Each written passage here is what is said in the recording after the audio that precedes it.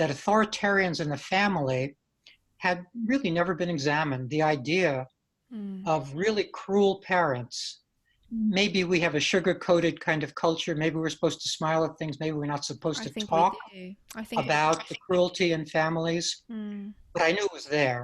Yeah. So to say this all in a quick way,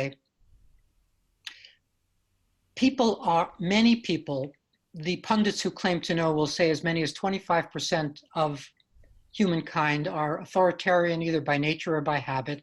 And by that, they mean intrusive,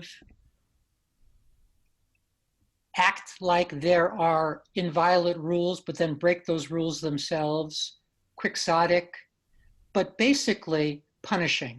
I Mm. would say that's the headline for the authoritarian personality, is that they're filled with some hatred, don't know where it comes from, filled with some hatred, and their basic desire is to punish others. In the world, they may not look like punishers because they know how to get along. They can often be charming, That charming is the narcissists problem. and That get is the along. problem, isn't it? And as the child, you are so powerless and That's silent, right. and no one sees it. And because we do have a culture where we prize family ties, and I don't know, I'm just imagining a lot of people hearing this and feeling very conflicted. Conflicted.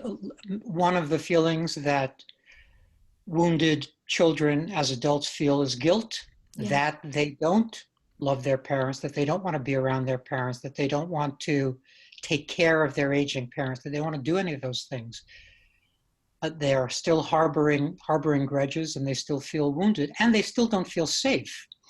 You know, the 60-year-old adult showing up at the 80-year-old authoritarian mother's house is still going to be wounded by that 80-year-old authoritarian who's still an authoritarian. I think a lot of people don't feel legitimized. A lot of people say, "No, I haven't been through trauma. Look at me, I haven't been beaten up. Look at other people, they've been through a lot worse." What would you say to people if they are responding with these ideas and thoughts, or actually they feel guilty for resonating with what you've just said? Well, I would say that they ought to trust their most basic feelings, which is that they were harmed. Mm. Doesn't where to set the bar as to what's enough harm to classify yourself in some category doesn't feel that fruitful to me, trying to set that bar somewhere. If you feel that you were harmed, you likely were. Mm. And if you were harmed, that has lifelong consequences and helps explain some of the things that may be otherwise inexplicable, like why you don't have confidence, or why you have all of these talents that you've never manifested, or why your relationships seem never to work, or why you're meaner to your own kids than you know you want to be, why Mm. you're repeating something there, even though you know you hated having it done to you. So